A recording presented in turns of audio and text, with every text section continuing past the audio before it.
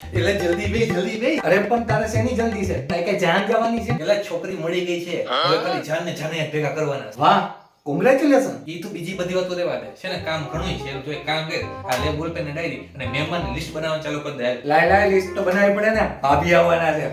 બોલ પેલું નામ કોનું લખું? હા લખ, અમિતાભ બચ્ચન. અમિત કાકા જ ને, આપણી ઓફિસમાં જે કામ કરે 7 ફૂટ ઊંચાઈ પર, ઈ જ ને. અમિતાભ બચ્ચન રિયલ વાળા. અરે આપણે જયામાસીના ઘરના. એલા અમિતાભ એક લગ્નમાં જવાના જેટલા રૂપિયા લે છે ને, એમાં તો તારા જેવાના 7 લગ્ન ને 7 હનીમૂન થઈ જાય. અરે પૈસાની તો ટેન્શન હું કામ લે છો? આપણે છે ને એવું લાગે તો 50-60 લાખની લોન લઈ લેવું, સમજાણું? પછી ભલે ટીકે હપ્તા ભરવા પડે. એલા તું લગ્ન માટે લોન લેસ કે લોન માટે લગ્ન કરે? ભાઈ સમાજમાં રહેવું હોય ને તો મકાન વેચીને ધામધૂમથી લગ્ન કરવા પડે, ખબર તને? એટલે નકર છોકરી વાળા હું મારી આબરૂ હું તારી આબરૂ તારી.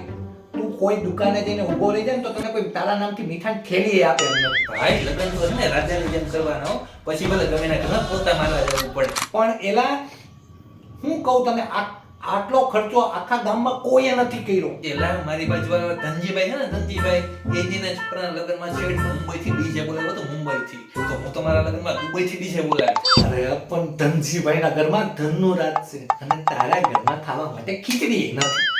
પેલા એ મને કે તું ઈ છોકરીને મળ્યો ક્યાં? તેનું ફેમિલી બેકગ્રાઉન્ડ ચેક કર્યું છે? ભાઈ છોકરી ક્યાંની છે એ તો ખબર નથી. ખબર નથી મતલબ તમે બે ભેગા ક્યાં થયા? અરે ઇન્સ્ટાગ્રામ પર. અરે ઇન્સ્ટાગ્રામ. હે હરિ રામ કૃષ્ણ.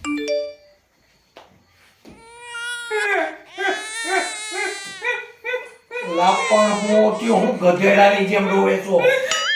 મેં ઇન્સ્ટાગ્રામમાં મારો એક ફોટો મૂક્યો હતો. હા. એમાં એક છોકરીની લાઈક આવી તો મેં હાઈ કરી મેસેજ કર્યો.